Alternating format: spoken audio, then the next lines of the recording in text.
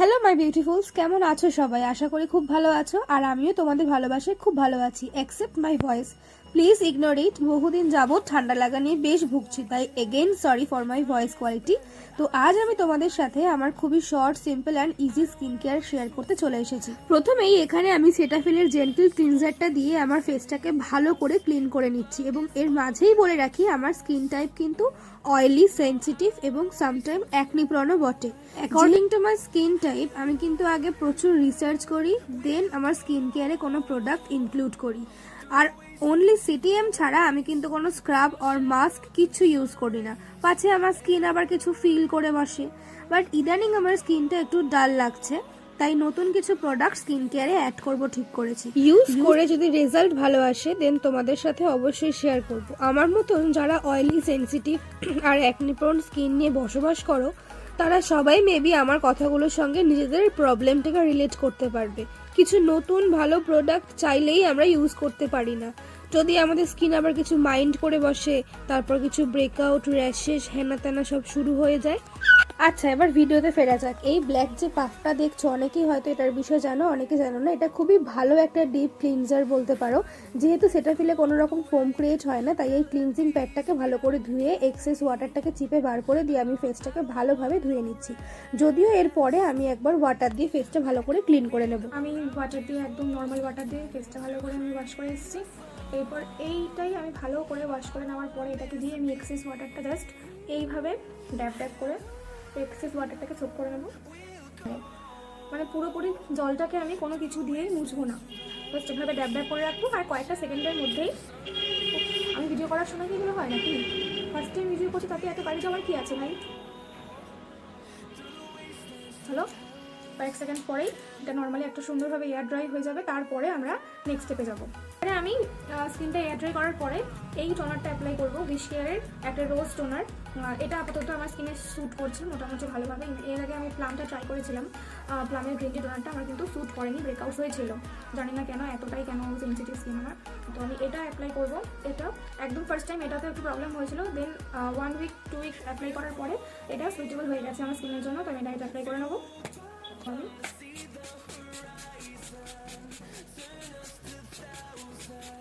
বেশ ভালো কোয়ান্টিটিতে অ্যাপ্লাই করে নিলাম, দিয়ে আমি হাত দিয়ে জাস্ট একটু ব্লেন্ড করে নেবো স্কিনের মধ্যে।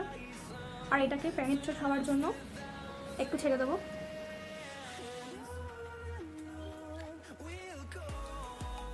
জাস্ট কয়েকটা সেকেন্ড রাখার পরে পুরোপুরি 100% কিন্তু আমি ড্রাই করব না, একটু ড্যাম্প থাকবে, তখনই আমি কিন্তু ময়শ্চারাইজারটা অ্যাপ্লাই করব।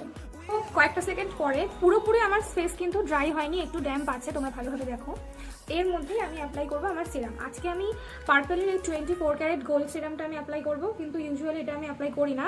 আমি এরপরে আমার একটা মেকআপ ভিডিও শ্যুট আছে, শ্যুট বলবো না, আমি ফেসবুক লাইভে একটা আমি মেকআপ টিউটোরিয়াল নিয়ে আসছি, সেলফ মেকআপ। তো আমি যেহেতু মেকআপটা করবো, তার জন্য আমি এই সিরামটা ইউজ করবো, পার্পেলের 24 ক্যারেট গোল্ড সিরামটা।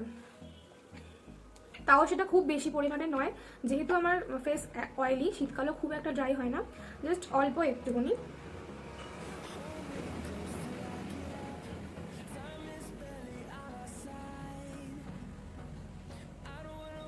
আমার ফেসটা যেহেতু বড়, যাদের ফেস আমাদের মতন, আমার মতন এত ব্রড নয়, তাদের 5 ফোঁটাও 5টা ড্রপও লাগবে না।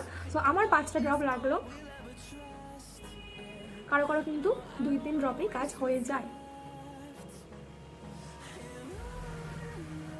এই মিনিমালিস্টের এটা আমি ময়শ্চারাইজার অ্যাপ্লাই করবো, ভিটামিন B5 10% ময়শ্চারাইজার। এটা কিন্তু অয়েলি স্কিনের জন্য ভীষণ লাইট ওয়েট হয়। এটা oil free moisturiser with copper and zinc, magnesium plus hyaluronic acid আর বেটাইন। তো এর মধ্যে এগুলো আছে, ভীষণ ভালো ভালো প্রপার্টিস আছে। আর সব থেকে বড় কথা হচ্ছে, আমি আমার স্কিনের জন্য এমনই ময়শ্চারাইজার অ্যাপ্লাই করি যেটা ভীষণ লাইট ওয়েট হয়। দেখো, এটা একটা জেল বেসড একটা ময়শ্চারাইজার, জানি না ক্যামেরা বোঝা যাচ্ছে, জেল বেসড একটা ময়শ্চারাইজার। এটা ভীষণ ভীষণ ভীষণ লাইট ওয়েট হয়। তো এটা আমি অ্যাপ্লাই করবো। তো আমি ফেসে এটা অ্যাপ্লাই করে নিচ্ছি।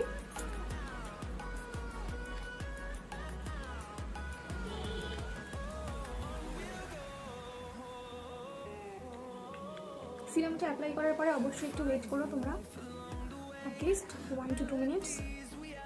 দেন অল ওভার ফেসে আমি অ্যাপ্লাই করছি।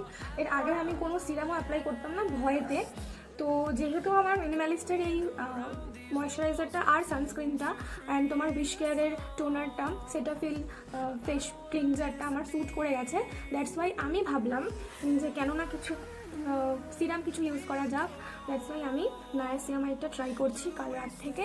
তো এখনও পর্যন্ত কোনো রকম সমস্যা কিছু দেখছি না, আশা করি কোনো রকম সমস্যা যেন না হয়, এটাই প্রে করছি। আমার স্কিন তো কোনো ভরসা নেই, ভীষণই বাজে স্কিন। তো যদি কিছু প্রবলেম না হয় অবশ্যই আমি তোমাদের সঙ্গে রিভিউ শেয়ার করবো। আমি চাইছি যেন আমি ভালো একটা রিভিউ শেয়ার করতে পারি, কারণ আমি ভীষণ এক্সাইটেড এই সিরামটাকে নিয়ে। তো আমার কোনো সেরকম ফেস প্রবলেম এই মুহূর্তে বলতে জাস্ট একটা এই ছোট্ট একটা বাম্পস আছে, সেটা কিন্তু সিরামটা ইউজ করার আগেই ছিল। এটা কিছু এখনো প্রবলেম হয়নি, বরঞ্চ একটু হয়তো কমছে মনে হচ্ছে, জানি না ঠিক আমি। আর এই কিছু হালকা হালকা স্পট, দ্যাটস ওয়াই আমি ভিটামিন সি আর নায়াসিয়ামাইডটাকে চুজ করেছি, আমার স্কিন কেয়ার রুটিনের মধ্যে অ্যাড করেছি। দেখা যাক কী হয়। যদি এটা ঠিকঠাক থাকে অবশ্যই আমি আরেকটা স্কিন কেয়ার রুটিন নিয়ে, মানে যেগুলো আমি অ্যাড করেছি আমার স্কিন কেয়ার রুটিনের মধ্যে, সেগুলো নিয়ে আমি পরবর্তী একটা ভিডিও নিয়ে আসবো। চলো এরপরে একটা সানস্ক্রিন অ্যাপ্লাই করবো, মানে একটা সানস্ক্রিন এটাই, এই মিনিমালিস্টের সানস্ক্রিন SPF 15। এটা তোমার PA 4+ আছে, PA++++, মানে ব্রড স্পেকট্রাম যেটা আর কি। আর তোমার SPF 50 আছে, ভীষণই ভালো একটা সানস্ক্রিন। তবে হ্যাঁ, বাইরে যাওয়ার আগে এটা যদি তোমরা অ্যাপ্লাই করো, 2 ফিঙ্গার তো অ্যাপ্লাই করাটা এটা আমাদের বলে। তো আমার 2 ফিঙ্গারটা প্রচণ্ড বেশি মনে হয়, আমি 1.5 কখনো 1 ফিঙ্গার বাড়ি থাকতে পারে অ্যাপ্লাই করি। আর সত্যি কথা বলতে 3 ঘন্টা অন্তর অ্যাপ্লাই করা আমার পক্ষে পসিবল হয় না, আমি একবারই অ্যাপ্লাই করি, কারণ আমার বাড়িতে বেশিরভাগ কাজ থাকে। যখন বাইরে কোথাও যাওয়ার হয় তখন আমি 2 ফিঙ্গার অ্যাপ্লাই করে তার 20 মিনিট পরেই কিন্তু আমি ঘর থেকে বেরোই, মানে এটা আমি হাতে সময়টা নিয়েই সানস্ক্রিনটা অ্যাপ্লাই করি, কারণ সানস্ক্রিন অ্যাপ্লাই করার সঙ্গে সঙ্গে তোমরা বাইরে বেরোতে পারবে না, কারণ তাহলে তো কোনো কাজে আসবে না ওটা। ওকে, তো আমি সানস্ক্রিনটা অ্যাপ্লাই করে নিচ্ছি।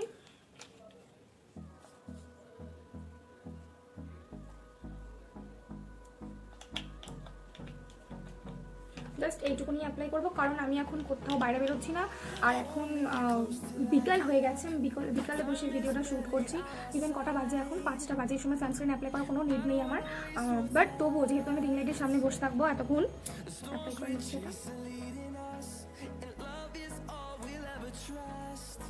বাট ডে টাইমে যদি রিং লাইটটাই বসে আমি কাজ করতাম, অবশ্যই 2 ফিঙ্গারই আমি সানস্ক্রিনটা অ্যাপ্লাই করতাম। এটা বেশিক্ষণ সময় লাগে না অ্যাবজর্ব করতে, 1 মিনিটের মধ্যেই এটা স্কিনের মধ্যে ভালোভাবে অ্যাপ্লাই হয়ে যায়, ব্লেন্ড হয়ে যায়। সব থেকে ভালো জিনিস হচ্ছে এটা কোনো রকম হোয়াইট কাস্ট ছাড়ে না, কোনো রকম এটা হোয়াইট কাস্ট ছাড়ে না। খুবই ভালো। তবে হ্যাঁ, আমার একটা প্রবলেম হচ্ছে, জানি না কেন, মানে আমার মনে হচ্ছে সানস্ক্রিনটার জন্য স্কিনটা একটা ডাল হয়ে যাচ্ছে। তো আমি সানস্ক্রিনটা একটু অন্য কিছু অ্যাড করার চেষ্টা করেছি স্কিনটার রুটিনের পরে। তো দেখা যাক সেটা অ্যাপ্লাই করে কীরকম থাকে।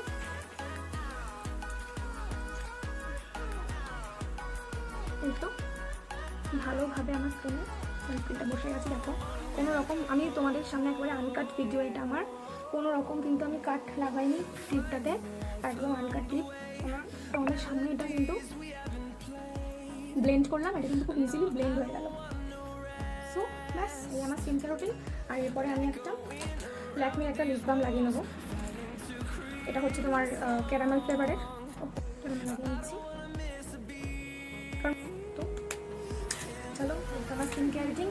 তোমরা জানিও ভিডিওটা কীরকম লাগছে, যদি ভালো লাগে প্লিজ ভিডিওটাকে একটা লাইক করে দিও, ভালো একটা মিষ্টি কমেন্ট করে দিও, আর খুব ভালো লাগে ভিডিওটা প্লিজ শেয়ার করে দিও, চ্যানেলটাকে সাবস্ক্রাইব করে নিও। চলো টাটা, দেখা হচ্ছে খুব শীঘ্রই আবার কোনো নতুন ফ্রেশ মেকআপ টিউটোরিয়াল বা স্কিন কেয়ার বা অন্য কোনো ব্লগ নিয়ে। টাটা।